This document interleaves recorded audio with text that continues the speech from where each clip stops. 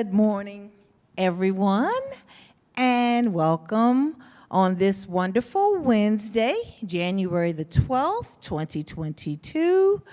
We certainly do welcome you to the Richfield Stars Anatomy update on the 11. I haven't done that in a long time. I'm sorry, the Richfield Stars Astronomy update. I haven't done that in a long time. On this 11:11 a.m. fireside chat, I am delighted to welcome Margaret Riggs back. Good morning. Good morning, Margaret, for the first of the monthly installments for 2022. Thank you so much for joining me today. Thank you for having me. It's always a pleasure. Now, let's jump right into it. So, the month of December was quite intriguing, where the cold moon, full moon occurred when it wasn't so cold. Right. It was very warm. However, January's wolf moon is upon us. So, what else can stargazers expect for the month of January? January is pretty calm based on some of our previous months.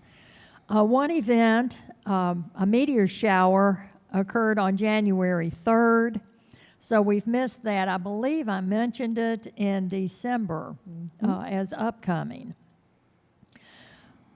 Another event called a Perihelion occurred on January 4th. Now, just a fun fact. During the winter months, the Earth is actually closer to the sun than it is at any other time of the year. Now, this is called the perihelion, when the Earth is at its closest to the sun. If you'll ask just about anyone that has any knowledge how far away the Earth is from the sun, they'll tell you 93 million miles, and that's give or take, because the Earth's orbit around the sun is not exactly circular. It tends, obviously, at times to be closer to the sun than others. At perihelion, which occurred, as I said, on January 4th, the Earth was 91.4 million miles from the sun, a lot closer than the average. And we'll talk in the summer about when it's farther away. As far as what to observe in the night sky, it's more like what to observe in the morning sky for January. Venus, which has been beautiful for so long in the southwestern sky, will no longer be an evening star. It's moved around so that it appears in the morning. After January 21st, it will be low in the southeast 60 minutes before sunrise. Now, on January 29th, there's an occurrence that includes Mars, which is also visible in the mornings. It's low in the southeast 60 minutes before sunrise, and of course, it will fade as the sun comes up. On January 29th, Venus and Mars will form a line with the crescent moon.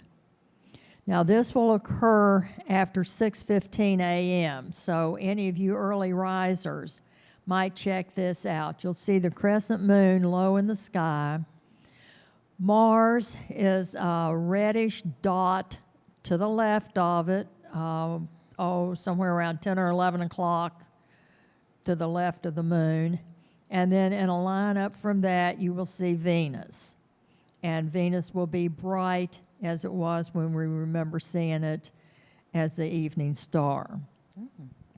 Also on the 29th, if you have a good set of binoculars and you're interested in all of this sky gazing, if you will aim just above the crescent moon, you will see what's known as M8. A star-forming nebula. So that'll be 4 things to look for on January 29th.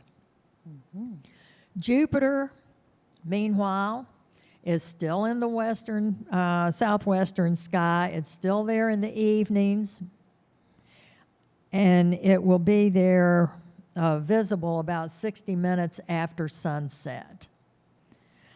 Saturn, again, it's low in the west-southwest. If you'll remember, it's below Jupiter. And after January 15th, you won't be able to see it anymore.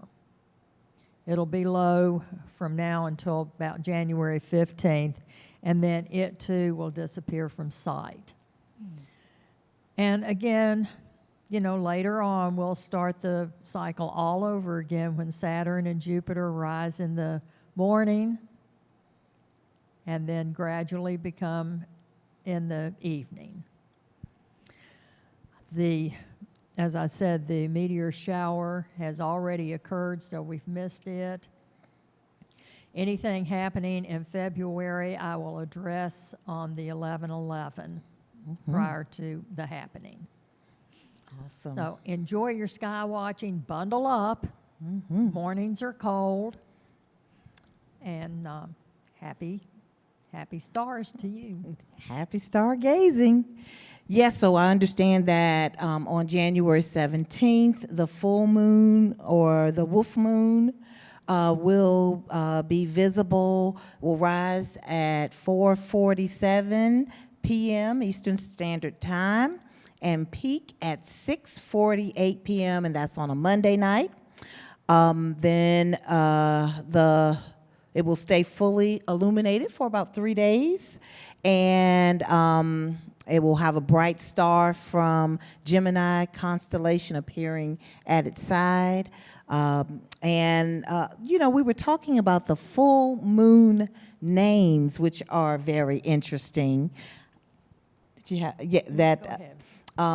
those names were passed down from Native American tribes, and each full moon is given a unique name. January, the wolf moon, is named as such because wolves are believed to be heard howling throughout the night in January. And also, January's full moon is referred to as the center moon, as it marks the middle of the cold winter season. And the cold temperatures also gave the moon the following names, such as the frost exploding moon, the freeze up moon, severe moon, and the spirit moon, which is attached to spiritual meanings such as resolutions and you know, the thoughts of and good intentions of things to come. So those names each month we have a full moon name, and they are very interesting names. Yes, they are. Thank you for bringing those up. Yes, yes. So as Margaret said, it's a little quiet, but you know, there's always something to see. And thank you so much for covering these events so that we're always on the lookout. And on the 29th, it seems to be a busy day. Or morning. Oh, morning. There you go. There you go. So us early risers will be up to see those events on the 29th. So, Margaret, thank you so much for this update.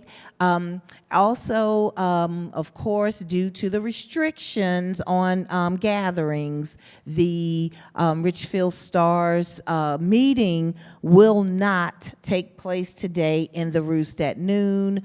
We hope to resume next month. However, there will be no meeting of the Richfield Stars today.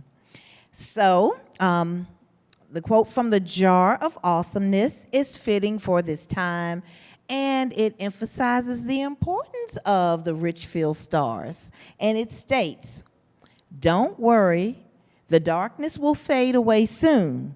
Till then, let's appreciate this beautiful moon." So therefore, no matter the challenge, we always count our blessings. So that is certainly, again, befitting at this time. And of course, this this group. They certainly are always appreciating what we have to look forward to in the morning and the night skies. Well, thank you again so much, Margaret, for joining us today. Thank you all for joining us today, and we'll look forward to next month's update on the second Wednesday of the month. I hope you all have a wonderful day today, and we'll look forward to seeing you next week. Bye-bye. Bye.